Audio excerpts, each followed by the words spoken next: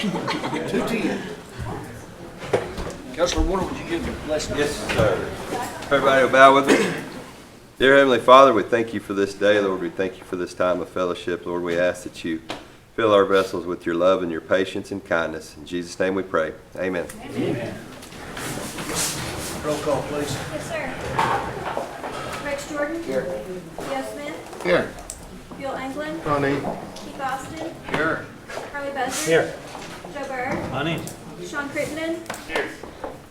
Mike Dobbins. Here. Payne Duncan. Honey. Wanda Hatfield. Dick Lay. Mike Shambaugh. Here. Mary Bakershaw. Honey. Denise Taylor. Here. Victoria Vesquez. David Walkenstick. Brian Warner. Amen. We have a quorum. Thank you. Approval of the minutes from April the 15th. So moved. Second. A motion and a second. All approve. Aye. Aye. Reports, Management Resources, Mr. David Moore.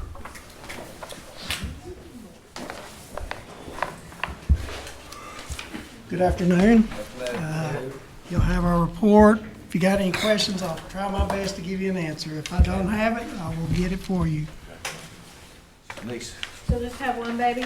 No, we got 20 on the ground right now since that Wow, they've been since busy. this was done, so. Okay, Yep. very good, thank you. Any other questions? Go ahead. Yes, sir.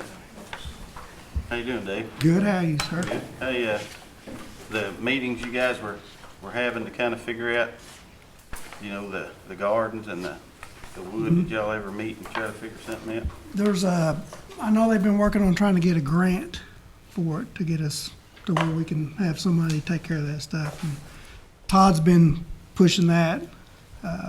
He can probably give us more information on the grant part of it. Okay. And, hey, like at your natural resource, like at your sites, do they have like a time clock? Don't shoot. Now, if that would have lit up, that would have been scary. Hold on, I told the lady. There's another piece out here, right there in front. I'll get that later. We have there's a time clock at Delonaghy, and we're working on trying to get one at Kenwood. IT stuff up there. It took a while to get enough So it's service. a time clock and. They do have that, but I'm talking about chronos. We have chronos at Delonaghy, but not at Kenwood yet. Thank you. Yep. Any other questions? Marlon? David, how involved do you get with construction? I'm talking about new doctor's office they're building here at Hastings Hospital. The clinic, Yeah, how much involvement do you have in that? about 3 to 4 days a week. Yeah. And so the contractor for that, I understand, is Cooper Flintco? No, Flinco Cooper on the clinic. Okay. OSU is Cooper Flinco. Now, wait a minute. Now, on the 469,000, it's not Cooper Flintco. That's what I just said, it's Flinco Cooper. Now, because I asked this question when I first started, I went up there and looked at the signs, and all it had is Flintco.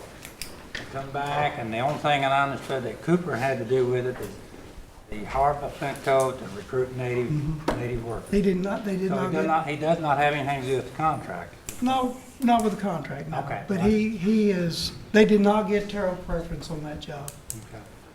So on the new one, they did. because it's Cooper Flinco on OSU, yes, sir.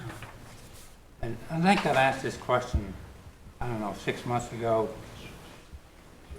Because I guess this gets aggravating that we built Muskogee Clinic, we built Redbird Clinic, we built Mankiller Clinic. And we went back and now we have to spend millions of dollars to go back to fix them. My question was, who built those 3 clinics and who was the architect on those 3 clinics? And if you could find that out for me, I'd like to know. Muskogee was, Childers was the architect.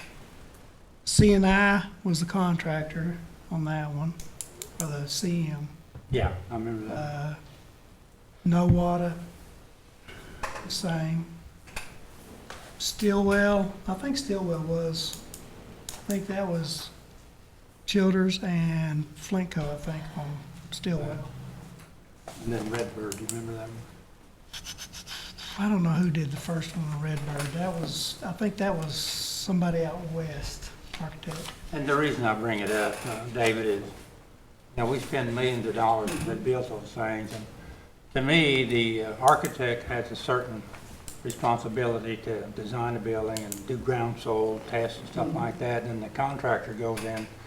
And I think they have some certain responsibilities too about air ventilation and stuff like that to keep the mold out. But yet, we're either falling down on someplace because we shouldn't have to go back and replace No, those I buildings agree. like we did. Yeah. And I'm wondering if the same architect has designed the man killer clinic now and who the contractor's gonna be. It's kind of like road construction. You have a contractor that's supposed to build a road and he doesn't get them built, and we just keep going back to the same contractor. But it has cost the Cherokee people and Cherokee Nation millions of dollars to do these clinics over. At some point in time, somebody needs to take the bull by the horns and say no more of this stuff. So anyway, I'm In a just way, bringing- we have. We're trying to get envelope people to come do inspections yearly. A lot of it has to do with, I don't want to say bad maintenance, but some maintenance that we may not be used to be doing all the time. And that's how a lot of it I see. has come to pass. I mean, when you build something on the side of a hill and you may have to go regrade every now and then or something because water, it washes dirt down and stuff. Yeah, And if that doesn't get done, then, it can cause issues. So we're looking at getting a consulting firm to come at least yearly, and do inspections on these buildings and give us reports to something we can act on. I guess the one that really stands out is the Redbird clinic down there. It was on flat ground. And then we had mold problems because of water drainage issues. And the architect and designer should have caught some of that, and also the builder. I think the builder has some responsibility too. If he sees something that's not right, he needs to fix it. I'm just happy the one at the J Clinic, the contractor up there didn't finish it up because there was water under there, and they finally got it taken care of, and hopefully that takes care of that clinic there. But anyway, I just want to bring it up. Yeah, no, it's aggravating. Yeah, I know. Thank you, sir. Any other questions? Yeah, since Harley was talking about that now, those folks that he was talking about, those businesses, are they still doing other contracts for us? We bid things out and they win. Now, that's why I said a lot of it, it's hard to put something on an architect when it's years down the road, when there's maintenance that has to be done, annual maintenance and stuff that we feel like was beyond our expertise. Now, that's at 3 different facilities. Yeah. The only one that's had, well, 2 has had water as far as like the mold issues and stuff. 3 Rivers was water was getting under the slab and stuff. We went in and built a French drain around that and a water dam to channel the water out and around it. It's done its job. There's been a lot of settling come back. Takes a few years before that actually will work. And should be close to being able to go in and doing a few minor repairs to it now, drywall and stuff like that. But They're still, kind of like Harley was saying, on some of these road projects, they still get to work for us, so, huh? so far, We got a late charge at Movie Town. King of the Hill, they won't hardly let me in the door. That's just a movie. Thank you. Any other questions? Dave, just a comment. We bid these contracts out, and we have some of the same contractors that get the bid. And if they don't do quality work, do we continue to give them the bid? we need to have, And if they're the lowest bidder, yeah, and they that's didn't all, do quality work, and they cost us some money to go back and redo the project. we can have that in our bid, Okay.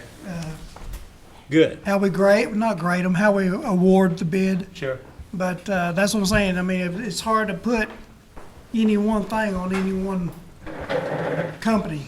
right now with these issues, because the geotech was done, the grading plan is up to snuff, I mean, water should drain around, so, and some of our areas in Cherokee County, water moves around. I mean, it can be dry for a long time in one area, and then that water seems to appear in different locations. Okay. I was just, my comment is if they're not doing quality work, then we have the discretion Yeah. not to necessarily select them. Yeah, and we, like I said, we got a scorecard, that can be part of the scoring on that. Okay. Keep up the good work.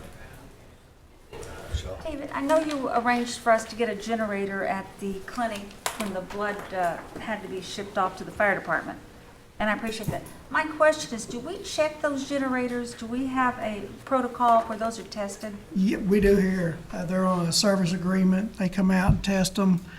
They exercise them. I don't want to misspeak, but I think it's weekly that they come on and run, just so we know they'll come on. Things do happen, but, I mean, we try to go that extra mile on that and test them, and hopefully they'll perform when needed.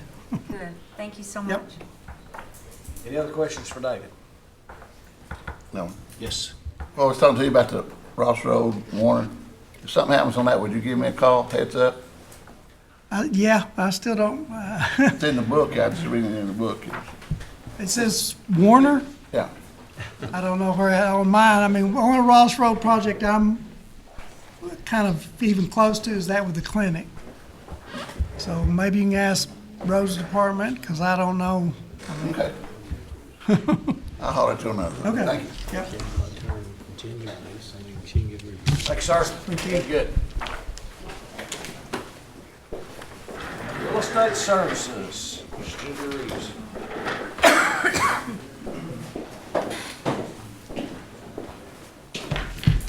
Good afternoon. You have my report. If you have any questions, I'll be happy to address them. Any questions for Ginger? Yes, sir. Ginger, I've got a couple of questions. I don't know, that restricted property in J, the Cheetah property that they've been building on, I know it's been going on 4 months now. I think the last time Joel said it was going to do a survey of it.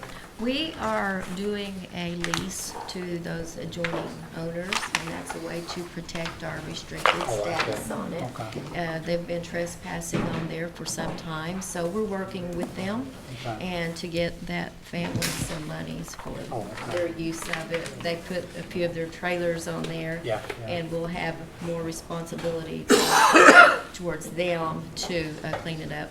So we're working with them on it. And I think probably that's the best way to do it, 'cause Uh-huh. I was pretty happy with it when they used to keep it mowed, but then they started moving everything on it, so. Right.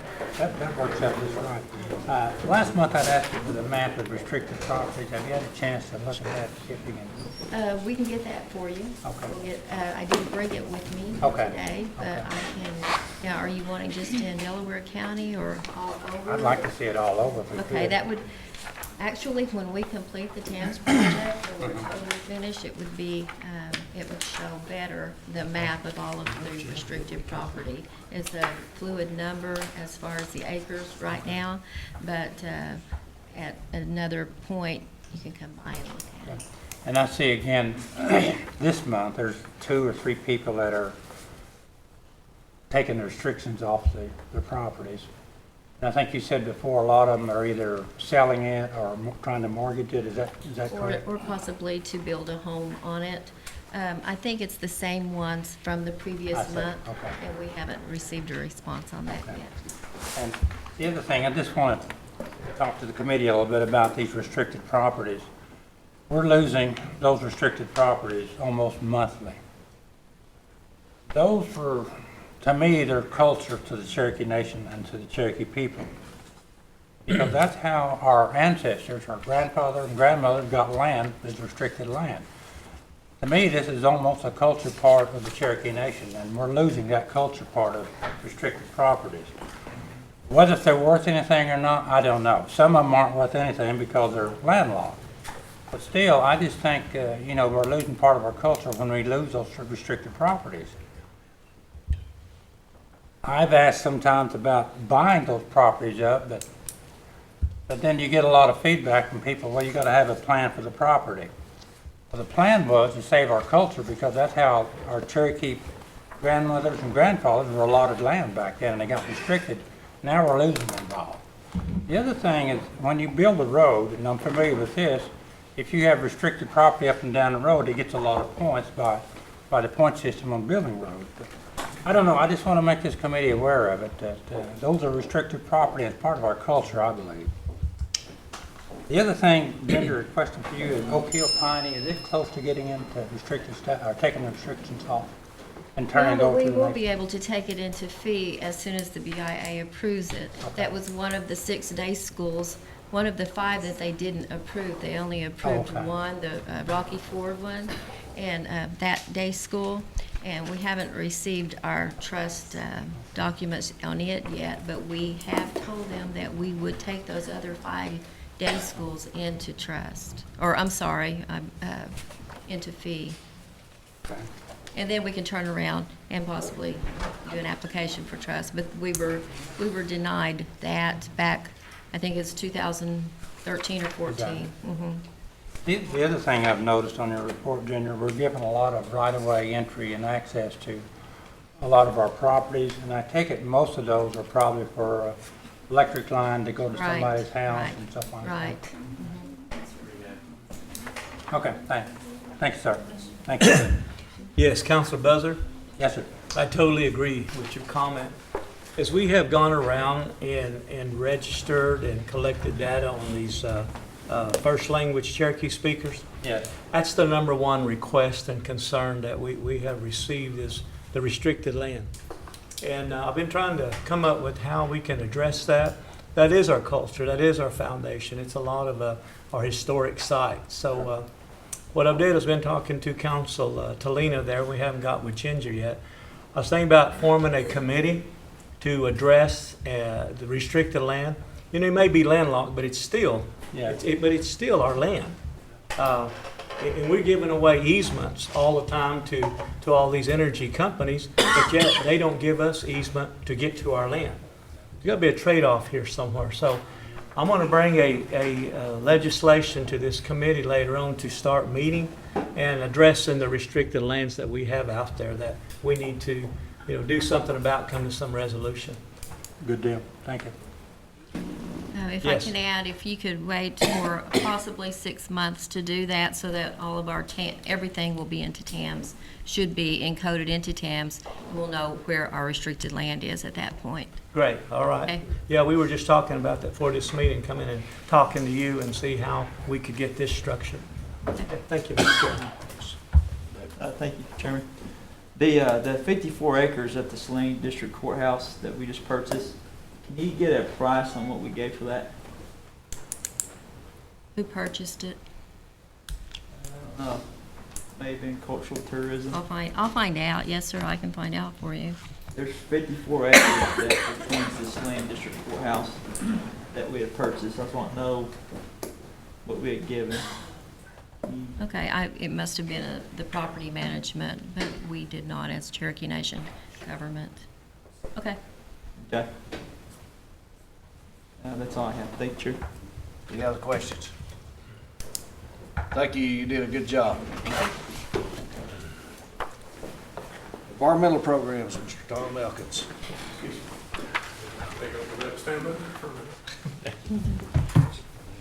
Good afternoon. Thank you for our report, and I'll be happy to answer any questions you have. Or I think I'll try to. Any questions for Tom? Wow. I may have. Tom, I have a question. With all the flooding and things, would it be under you or would it be Sarah? About all the wells, how many wells did we have flooded in I wouldn't know, but I am under Sarah, so everything is under Sarah. Okay, Yeah, absolutely. You How mean many water wells? How many wells in jurisdiction do you estimate were flooded? Ma'am, I would just be pulling that out of the air. I wouldn't know offhand, and I don't know readily accessible way to find that out. Not saying there isn't a way, it's just I'd have to ponder that for a long time. I mean, would you estimate that there are many, perhaps? I'm sure there's floodplain everywhere, and so yeah, I mean that's an issue. It's not always a bad issue. I mean, just because there's a floodplain there doesn't mean the water is bad or anything, or it's been flooded by any means. It doesn't mean it's good. It could. Would you not recommend people who are in these flooded areas have their water tested? Oh, I think people with wells ought to have their water tested at least annually.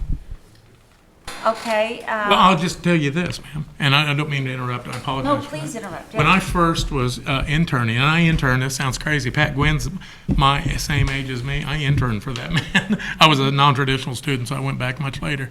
But he had me doing a database of all the wells that were sampled in the Cherokee Nation. And back then they did probably as many, if not more than they do now, because there were a lot more wells, and now we try to get people on rural water. Well over 90% of those wells, were either positive for coliform and or fecal coliform. Oh, goodness. So that's one of the main reasons we try to get people on rural water. And back then, it was a constant, not just checking out those wells, but teaching people, going back and disinfecting those wells, and then trying to teach the homeowner how to disinfect it every so often, to grab a sample and bring it back in and have it analyzed and that kind of stuff. So and I've had a well 60, 80% of my life, and if it's not something with the pump or the tank or the switch or the water itself, there's something else. So it's a fight. On the other hand, I was just telling this to a young lady in our office. I had Tahlequah city water. I've got a rent house in Tahlequah that I used to live in. I moved back out to my grandfather's allotment land. I paid about $20 a month for water in Tahlequah. Out in the country, I pay almost $100. In the wintertime, when I have to let the water run just a little bit, it's over $100 a month. So there's good and bad about both. That's on rural water. So I guess this is just my opinion and absolutely nobody else in this room. We don't value our water well enough. We hear this all the time, water is the new oil. It's worth a lot. It is, it's our life. But we don't put enough value on that water to protect it. And so making sure that people have access to good drinkable water is very important. And it's going to become all the more important with the challenges that Secretary Hill and you all have faced with the chicken farms and other sources of contamination. If it's not one thing with that, there are several other things we need to be looking at. It's a constant fight. Do we do anything to notify our citizens, to do things to test the wells? Do we do things? That is not generally, it is in Water and Sanitation's wheelhouse. And so Billy Hicks is the senior director over that, and so he handles that. I get probably 5 to 10 calls a week about water wells, and so I forward those to Mr. Hicks, and he handles those. But Billy Hicks I used to supervise him, so I know pretty much what goes on there. So I can give people a little bit of understanding about that, of what they should be doing, or if you have an issue, it's pretty cheap for the nation to sample these wells. I mean, if you did tens of thousands of them a month, it would be very expensive. But for the people that come in and have an issue, or that they live somewhere they believe there's some contamination, they do. It's pretty cheap. I mean, for example, like Adair County or where the poultry farms are. I mean, do we do anything to notify these citizens to have their wells tested? Do we proactively go out and do that? No, ma'am. Do anything? Not that I know of. If it's relatively inexpensive, why don't we? Well, relatively inexpensive, again, is a relative word. If tens of thousands of people came in, it would not be relatively inexpensive. Well, I don't think there are tens of thousands of people in Adair County. I don't know about that, but there probably are with wells in the Cherokee Nation. And if we did those every year, that might be something to analyze, certainly. I can't say off the top of my head, but that would be something to look at, certainly. Council And maybe if we President, could how many afford people that in at some Adair point. County? Yeah, Lee, I'm gonna have to get back with you. Well, and ma'am, this might be another thing to look at. Hey, I appreciate you. But I'll get you that number. I'm not sure everybody's well in one particular 5-mile radius would need sampled. I mean, certain areas of this part of northeastern Oklahoma, water moves very fast. Right. That's like what David Moore was saying, it does. Right. We have what's called karst topography here. Groundwater moves extremely fast around here. And so does the contamination that goes along with it. Well, I mean, So- approximately 10,000 people. I mean, I don't know. Yeah, how right, many- I know what you're saying, Yeah, ma'am. right. And so could that be analyzed? Sure it could. I mean, I mean, just speculation, but I know with all the flooding that there has been, perhaps it would be a good idea. Thank you, though. Oh, absolutely, yes, ma'am. Harley? And I just want to follow up, Tom, about what you said about whales. Whales is a valuable resource for our Indian folks that live out in areas where you don't have rural water. Absolutely. But the other thing that you brought up, and I agree, is the cost of having a rural water system hook up to your house. A lot of our Cherokee and Indian folks are on limited income, and $100 a month water bill is pretty expensive for them to pay. It'd be cost prohibitive for many. I don't know what the answer is to it. You know, I live in an area where just to have rural water, it costs you $45 a month. Now, $45 a month is a lot of people, is a lot of money and they can't afford it. By the time you use the water, you're paying $70, $80 a month. Absolutely. Versus a well, you know. So I don't know what the answer is to. I know I used to be in water and sewer. And we were always promoting rural water, but those rural water districts, they have a monopoly on what they're going to charge us. They can charge you whatever they want to charge you. They sure do. So I'm not so sure we're doing our people a service by making them get on rural water when we go by there. So Well, I don't it's know. certainly a trade-off. I mean, wells can be disinfected, and they can be, you know, the water can be relatively good. You know, some places it's high-quality water, but if it's a well, and again, that groundwater travels so fast that even if our septic tank and other sources of contamination are a ways away, that can get to that well fairly quickly. if it's And not so tastes right, it- having them disinfected on a regular basis, checking them every so often, even if it's just quarterly, semi-annually. The other question I had is, you made in your report on the bacterial samples from the city of Calico to Town Branch. I know we have a lot of Cherokee kids that goes and utilizes the park. So what is the problem there? And what I understood, it was a leak in the sewer lines that was running into it. Actually, well, it was a sewer line from the Methodist home, Yeah. and I think it was just not even really tied into the sewer line. And you know, I know I say this every time and people kid me about it. I used to be a plumber. So, and I say that every day. If I talk to somebody for 30 seconds, they're gonna find out I used to be a plumber. There were a lot of sewer lines over in that area that were never connected to a public sewer. There are a lot of houses right along there that have septic systems, and they have a lot smaller than these 2 rooms. It's amazing, but that's what they had at the time, and there was no other option. And so now, you know, people buy those houses, they're sold to somebody else and somebody else, and then they find out, well, hey, this was never. I cleaned out a sewer one time, thinking I was cleaning it out, and I put all this line in that sewer to clean it out. I thought, man, the sewer is right there. Something should be happening. It all went into a septic tank from here to that post. There's a lot of those that we just don't know that exist. So I guess the question is, are they They got that trying to fixed, fix it? and they got it fixed, and those that contamination has went down just about background levels. right. Anytime you have surface water, there's going to be some contamination. Thank you, sir. Any other questions? Hey, Tom, I'd asked you this before about mold. I mean, I know Yeah, the absolutely. department finds it. And, but what would you, some ideas you might have, because I'm getting a lot over the years and recently. They know they have mold. Yep. And, but once they have it, it's bad. Yep. Everybody knows it's bad. Mhm. But I'm having a problem and getting it addressed. So, Well, and I don't mean to sound, I know you know what I'm going to say. If you have mold, you have mold. I mean, if you see mold, you have mold. So we really say that, you know, if you see a patch of mold on your wall, there's not really a necessity for a mold inspection per se, because there's mold there. Yeah, right. You know you have mold. You know you have mold. And So we- always, But we've established that mold is bad and they have it.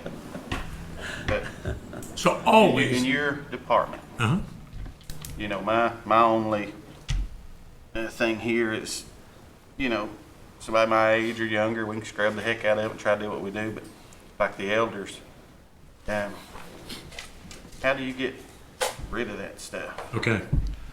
If you have mold somewhere, there's always gonna be a water problem. There's no way around it. And some you can't see, I'm sure. A lot of times, yes. But generally, and this is general, because I've done some building work myself, if there's a roof leak, if Yeah. there's a water leak around the windows, plumbing leaks, any of that kind of stuff that brings in excess moisture. I mean, I've seen many times, if you don't have enough ventilation in a house, you just have a fan in the bathroom, and it's not run well enough after people take shower, multiple showers, you know, kids and their families and all this.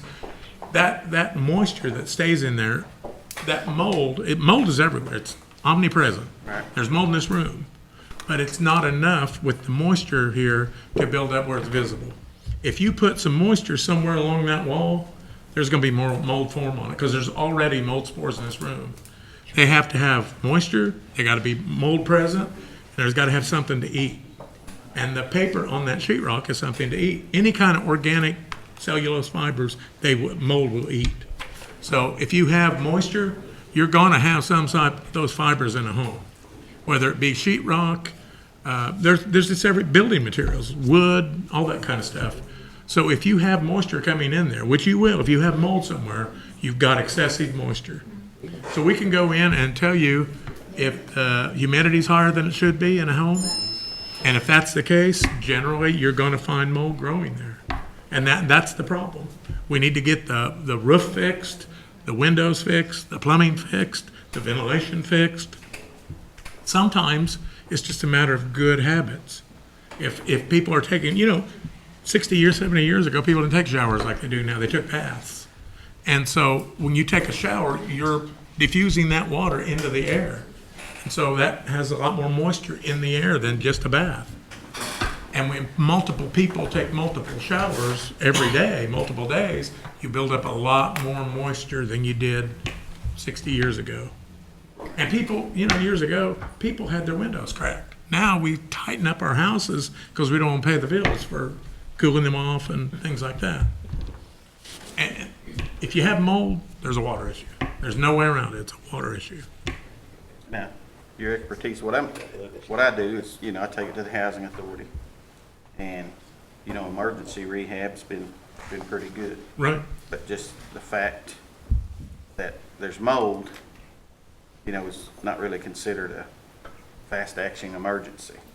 So, but you'd say it was an emergency if it's excessive mold, right? I couldn't say that. And the reason I can't say that, Health-wise? mold is not, if you see mold there, it isn't, you can't say that it's an emergency per se. Now, if you have people that have respiratory issues, elderly people, young kids with asthma, it certainly can be. And that's what a lot of And them that are would be up to a suspecting. physician to say, or an epidemiologist, somebody like that. But, and one other bad thing about that is, let's say you and I are in a room and it's got mold in there. You might be sneezing, your eyes running, coughing, things like that, and it might not bother me at all. Because different amounts of mold impact other people differently, and different species of mold impact different people different ways. And even physicians, epidemiologists can't say, well, this type of mold with this many colonies of it is going to impact you this way. And the same kind of mold with this many is going to impact you. That data doesn't exist. If you can stop the moisture coming in the house, whoever does that, whether it's a citizen or the housing authority, whoever, that's the way you stop it. And then, if there's mold there, it needs cleaned up. Now, if it's bigger than, the EPA recommends like 4 square feet, 2 by 2. That should be, if it's bigger than that, should probably be removed by a professional of some sort. And we're not talking about bleach and water, we're just talking about soap and water. If they can get that, remove that, and then paint it over, like with some Kills or something, and then go back and paint it. If you've eliminated that moisture coming into that, it's probably not going to grow back. Thank you. Absolutely. Thank you, Charlie. Thank you. I'm sorry if I gave a little bit more explanation. No, hey, I get I went into the next committee meeting, but Any Any other questions for Tom? Good report, Tom. Thanks, sir. Thank you. Secretary of Natural Resources, Sarah Hill.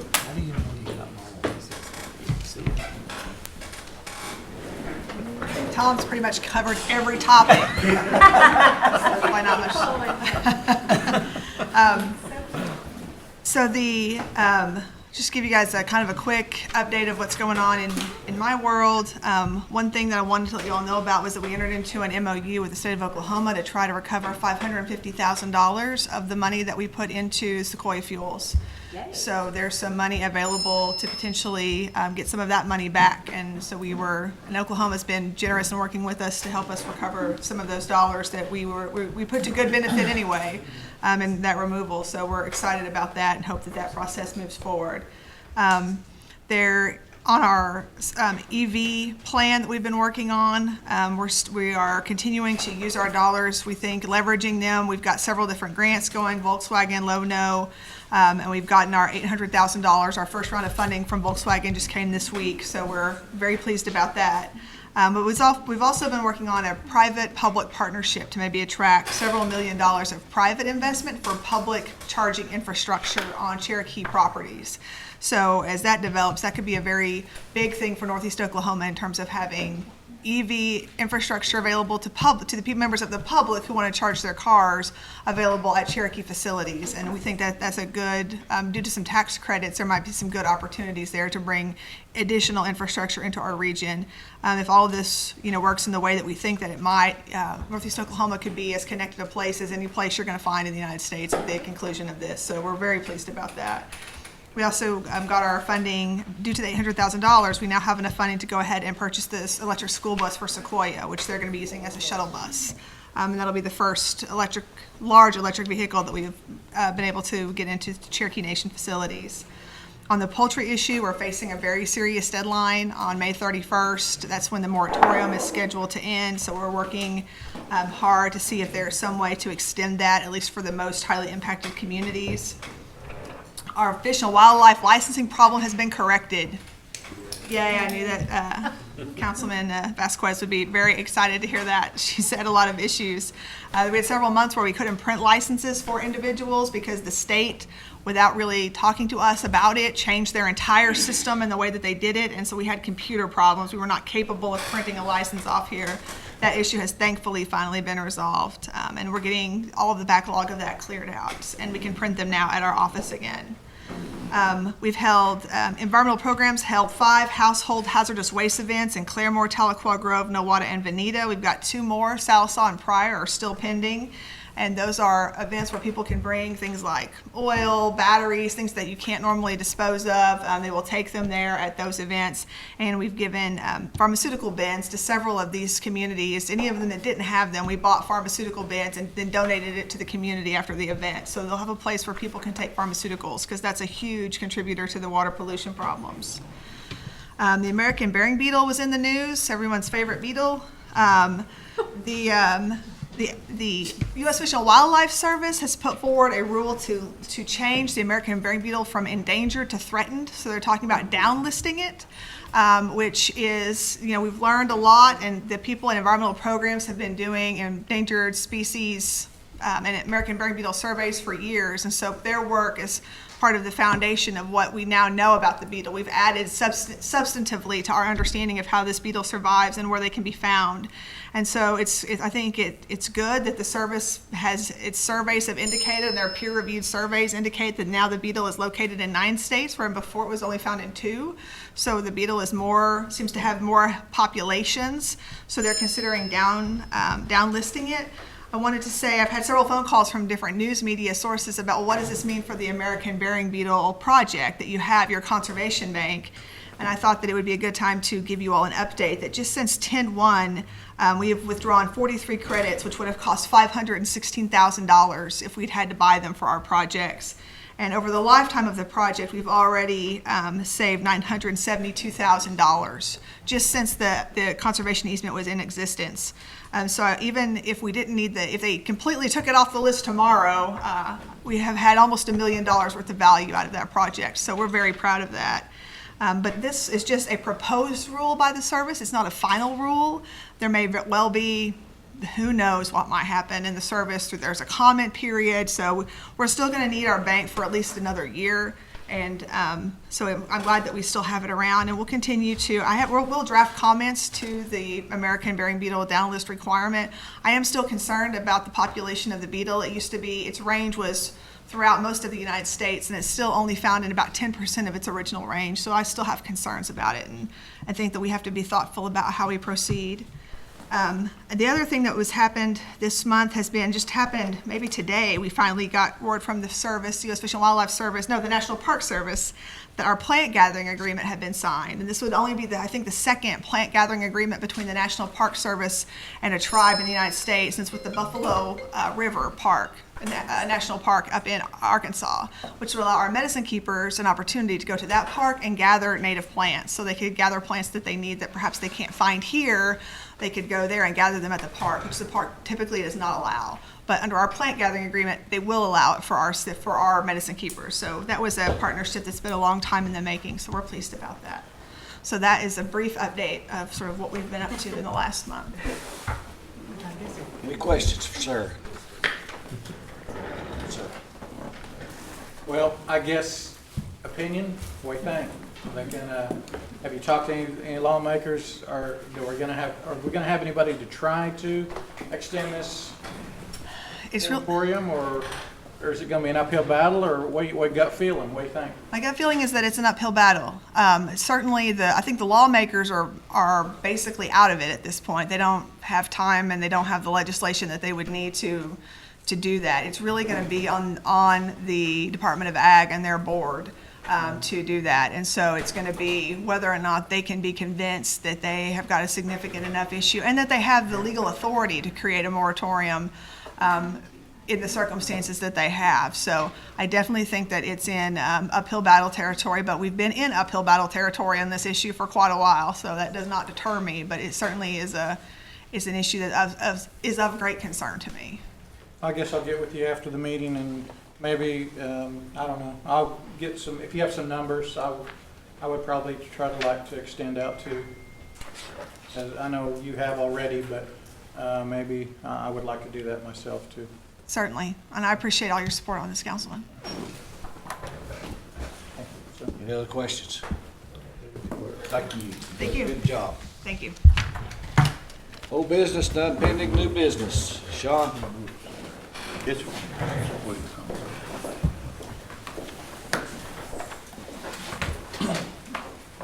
All right, a resolution authorizing Cherokee Nation to lease tribal trust land to the Cherokee Rural Water District, Inc., containing 0.75 acres. And I put that in a form of a motion. This was kind of a joint thing, with Kane in there. Put that in form of a motion. Second. Got a motion and a second. All in favor? Aye. Move those down to number 2. Sean, you got this one too? Resolution authorizing a grant of easement for right-of-way, USA and Trust for Cherokee Nation to Mack and Sarah Flynn for ingress, egress, and utilities located on CMS Unit 12. Put that in form of motion. Got a motion and a second. All in favor? Aye. All opposed? Dick?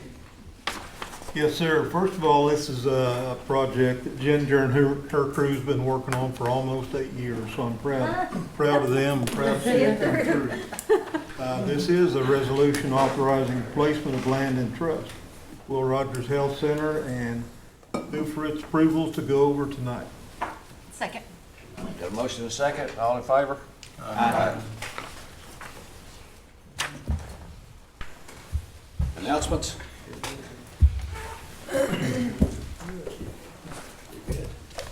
Need one more. Make a motion, we adjourn. Second. Got a motion and a second. All in favor? Aye. We are adjourned.